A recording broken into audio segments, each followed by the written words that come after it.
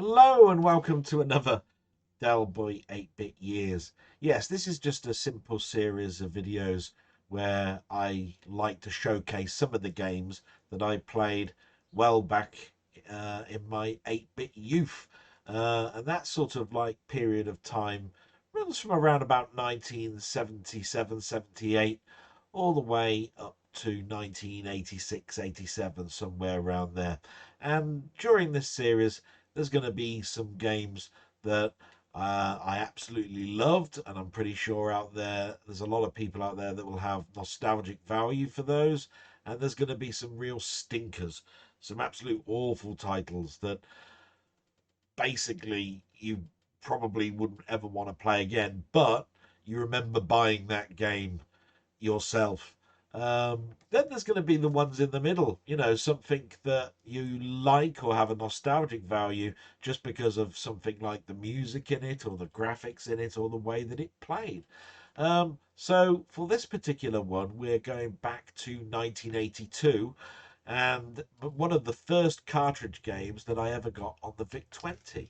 Um, and this one is an arcade conversion. Yes, I didn't do too many arcade conversion games that were actually official arcade games. I played a lot of arcade games that were unofficial, ones that you wouldn't get away with now because of copyright reasons. So let's change view, shall we, and announce what this game is. And here we go with the Vic20 version of Omega Race. Yes, Omega Race, the arcade game from Midway that came out in 1981 and for a couple of years was one of the number one playing games in the arcade, although I never actually got to play it myself. Um, the thing that drew me about this particular game was that it had sort of vector graphics, which most sort of like machines of that period didn't do terrifically well. And they looked like they were done really, really well for one of the first machines I ever had. Um, the other machines I had before this point were the ZX81, the ZX80, the Atari 2600, and if you go back even further, Pong. So I was quite excited to get a cartridge game based on an arcade machine that, from the back of the box, looked absolutely lovely. And look at that box. It was one of those boxes that I hadn't really seen before. The Atari 2000 boxes tended to be sort of like just cardboard boxes that wrapped around and were very glossy, looked lovely. But the VIC-20 and the Commodore boxes that were for cartridge games tended to be that same sort of cardboard, but they cut away the front and they showed you the instruction manual that was hiding underneath and inside the box. Underneath there would be the cartridge, and as a young lad, you just want to open that box as fast as you can, chuck the instructions to one side, slot that cartridge in, and start playing the game. And this one is no different. Um, the instructions at those particular times weren't always the best either. In this particular instance, it was just a sheet of paper. But why was I getting excited about this game? Well, here's a couple of screenshots from it. Um, don't pay too much attention to the blackness of it. This particular game had the ability to change the color of your ship or the color of the background. Although black and white is the one that's fondly remembered and played most of the time. So you've got a nice, lovely color emblem for the name of the game itself. The screen that comes up next really is a selection screen. It really does encourage you to play sort of like straight away. And on this particular instance, you could play on joystick or you could play with paddle. Now, I did actually have a paddle controller and I remember playing this game on paddle. I think the only downside I had with the paddle was not the control of the ship so much as the fact it only had one button, one fire button. And because it's a paddle which only really rotates left and right, you therefore couldn't thrust very well unless you held the button down. So you sort of got a sticky situation where do I hold it down to thrust, or do I let go and start pressing that button as fast as I can to get some firepower out of it? So not necessarily is the paddle the best way to play, although I remember that I had much better control of the ship than I did with the paddle. And then you've got a little bit of a story that came on sort of like in a ticker tape fashion. It sort of like came on letter by letter across the screen and told you the story. But I was so excited as a lad. The first thing I wanted to do was just get this game started. And as soon as I started, you'd see the main display, which you can see on the far right on the screen here. You're a little ship that looks a little bit like the asteroid ship from Atari's Asteroid, which is absolute classic. You see the racetrack, which is um, surrounded by force fields around the outside box, with the inside box being the track that you race around. And that middle box displays your score and your ships that you've got left. Everything else is expendable by shooting at it. Um, some of the ships will move incredibly slow at first, but as the pace increases, those ships will mutate into faster craft, and then it's hell for leather shooting and moving. And the recommendation in this game is get to shoot first, because if you get to shoot later, you're gonna die. That's it. It's as hard as that. All arcade games of this period were designed to take as much money as they possibly can. So the home versions were equally just as punishing. So what else did this appear on? So it did appear on the Atari 2600, the Colecovision, and the Commodore 64. Now, the Atari 2600 is slightly unique in the fact that this was the first cartridge to have slightly more RAM than the standard. So it was called RAM Plus, if I remember rightly, on the Atari 2600. But that isn't really its own unique feature. It also had a separate controller that you could buy, which actually really does aid you if you want to buy this game. If anybody has got that controller, I do recommend that you play it with it, because with the normal Atari joystick, it's just as equally as hard as the Commodore versions. Then there is the ColecoVision. Yes, the ColecoVision is probably the most feature packed of Omega Race on the home versions. You can change the layout of the racetrack.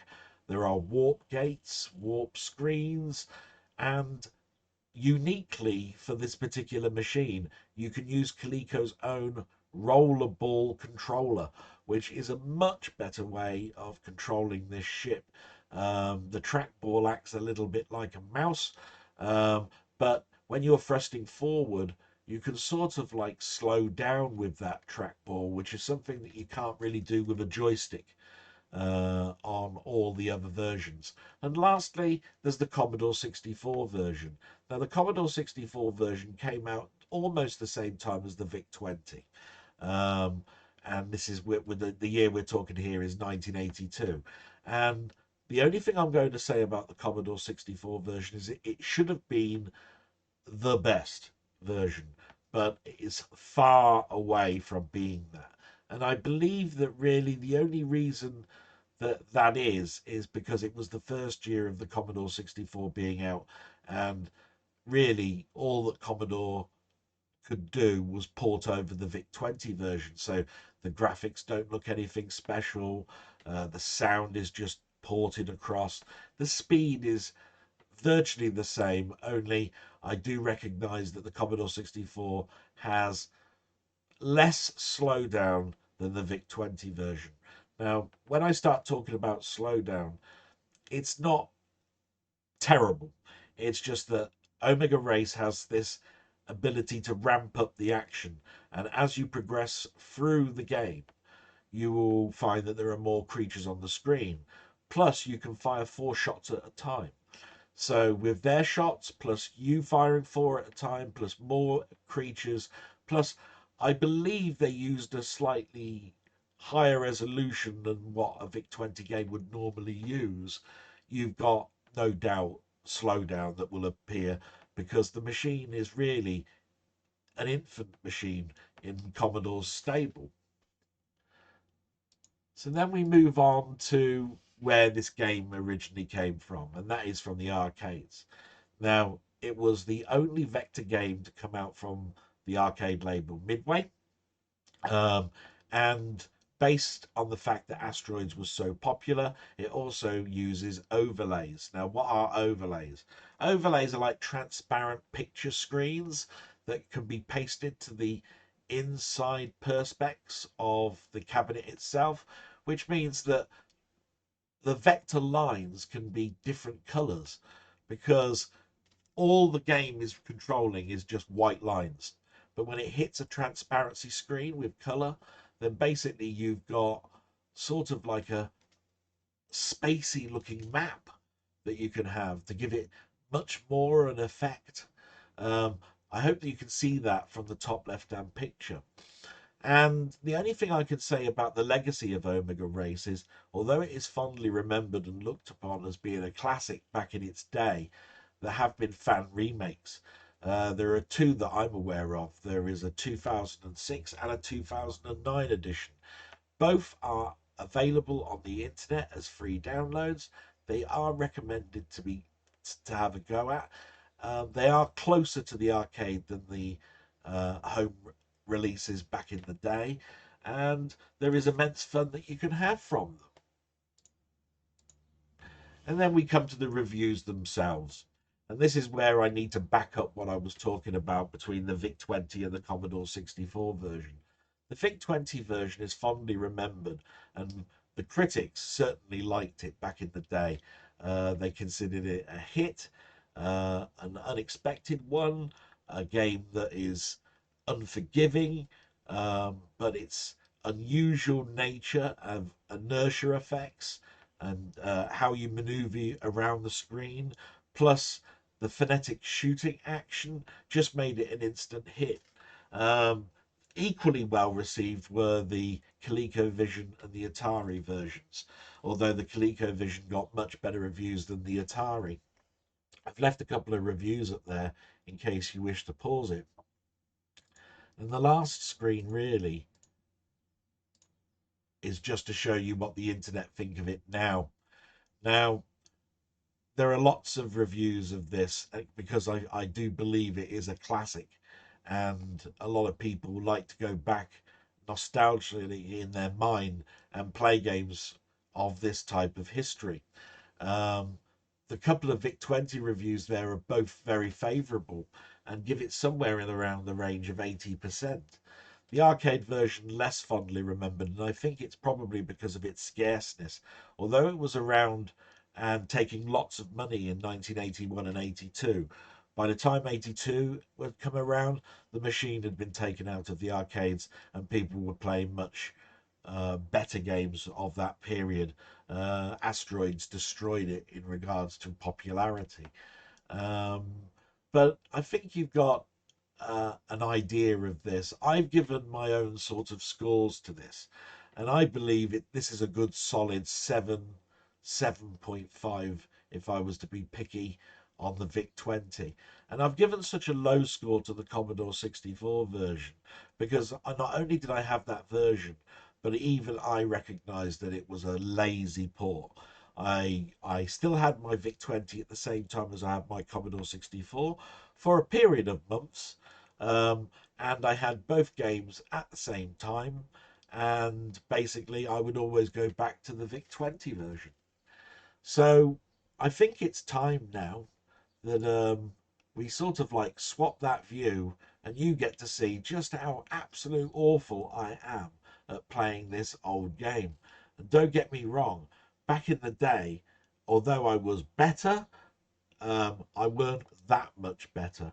It's an unforgiving game, but it's fun, and it's one of those games that I wholly recommend that you play um, on a rainy day. Something that if you've got someone with you and you wanted to play a high score challenge, definitely choose it. It's definitely a high score challenge type of game.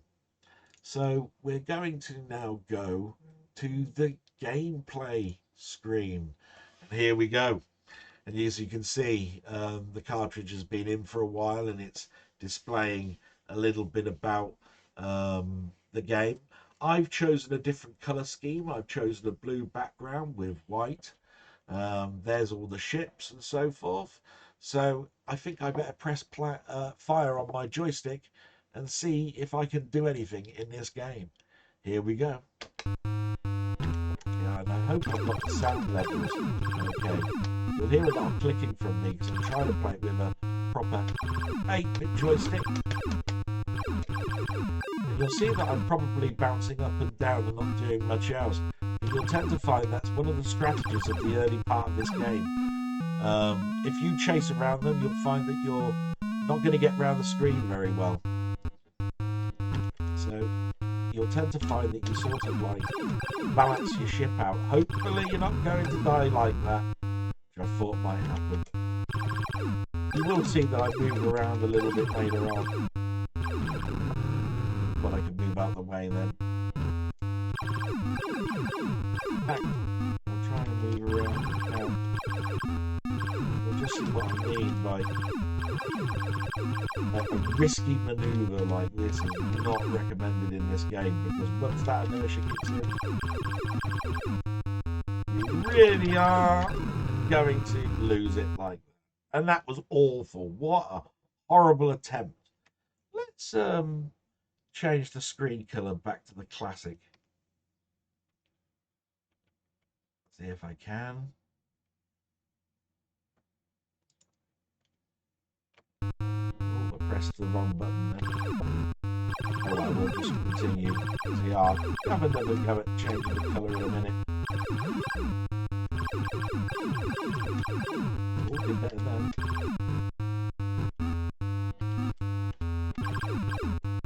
Yes. Still can't change the colour. Have to have a look at that. Changed the colour earlier and now I can't change it back. How stupid is that? Okay, so as you can see, paddle would be so much better to move on this, because you're trying to twist the ship like that. You just really can't do it as well as you could with a paddle that has much more of a circular motion. But did well then.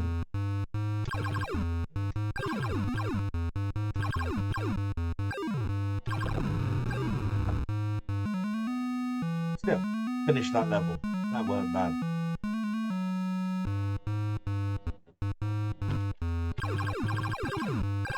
Like I say, if you can get your ship round,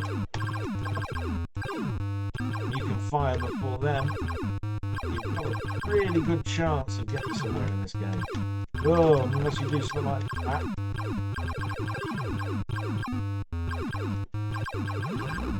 Try and get rid of these mines as well. There we are, it's mutated into one of the fastest ships you can have in this game. Got it. By the way, you can still die by going into those mines while you're waiting for the next wave to come in. Just a warning. Yes.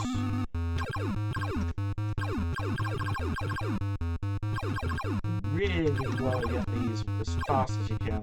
No. Damn. Well, I can get round then. Ah. Went straight into the mines. That was unfortunate. I think I was really unfortunate.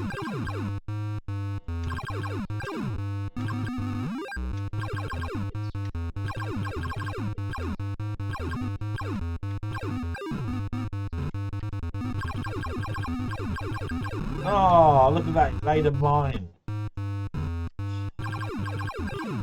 Like I say, unforgiving is not a word I handy about lightly. This is a totally unforgiving game, and you will find that there are probably much better strategies than I'm using here. 70,000. Like I said, I find it a bit strange that I can't change the colour. There we go. So let's go back to black then. And we'll have standard white as there. And then we'll have a go. So, the classic way of playing it without the overlay. Do remember this is on a very low-powered Vic20 machine. Back in the day, this pretty much top-end stuff as far as I was concerned.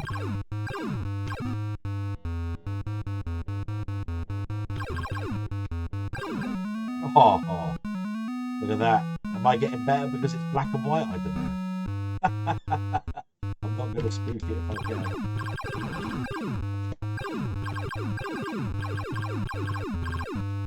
Oh!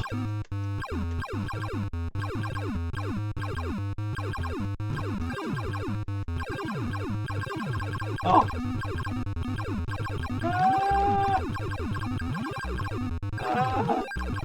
I'm moving around and I don't know what I'm doing. Am I going to get it? No!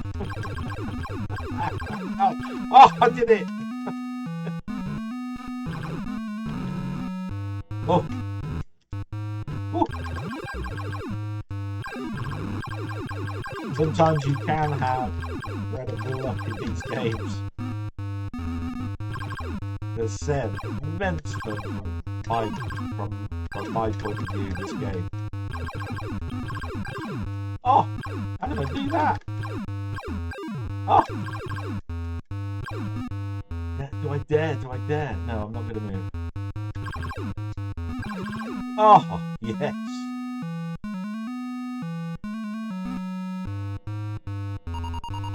And I delivered. Right, I did the first droid force. That's pretty good. Oh, the mutations happen so much quicker. Look at that.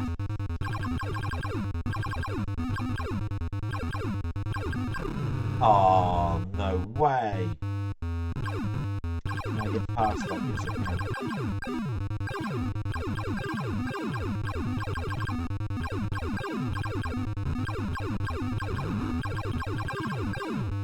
I didn't think I had any other choice then other than to try and move.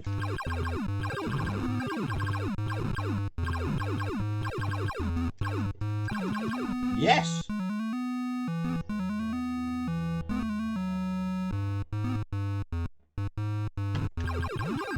Get rid of those mines. Oh.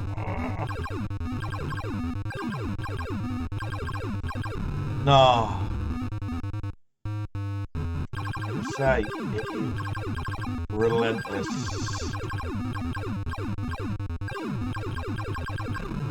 Oh, but I might just get round that then. Last life before we do our wrap up.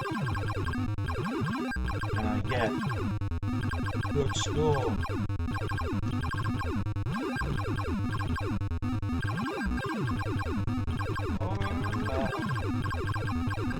Oh, look at that. 110,000, I'm happy with that. And we'll go back to the camera view and wrap up. Thank you so much for watching. That's one of the fondest memories I've got of having my Vic20. I'd come across arcade conversions before, but not possibly from the sort of quality that this one was. This is pretty accurate to the arcade game. It does have its faults. One of those faults that I think on the Vic20 is the explosion can stay behind for slightly too long, and you fly into those explosions way too easily. The mines, you can still run into them when you've destroyed all the creatures and you're just waiting for the next wave to start up. I find that a cheap death.